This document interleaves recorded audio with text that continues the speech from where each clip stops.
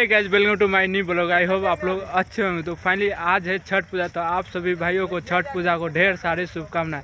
तो फाइनली हम अभी पहुंचे हुए हैं घाट पर, नयका बन्ना पर, जो कि हम लोगों के यहाँ पर ही छठ मनाया जाता है। तो फाइनली हम देख सकते हैं पीछे में साउंड सेटअप सब कुछ लग गया है। फाइनली लाइट लगाने के लिए बचा है और इधर का हम लोगों का घाट बना हुआ है। तो अखनी केला का थम सब आएगा तो उस घाट उठ पर लगेगा। तो फाइनली बहुत ही मज़ा आने वाला है और आज का नज़ारा बहुत ही शानदार होने वाला है। तो फाइनली आप लोग वीडियो में हमारे साथ जुड़े रहे और देखिए किस तरह से बिहार में छठ पूजा मनाया जाता है। सो कितना खूबसूरत लग रहा है। ये सब देख रहे हैं, पूरा घाट को सजा धजा के अच्छी तरह से। और देखिए पानी में किस तरह बैलून को फुला फुला के और लगाया जा रहा है, बहुत ही प्यारा लग रहा है। और उधर का देख सकते हो, वहाँ पर उस साइड भी घाट बना है और केला का थम घाटे घाटे सजा के लगाया हुआ है। और सामने बीएड कॉलेज है और यहाँ पर देख सकते यही रोड है और चमकी उमकी सब लग गया है।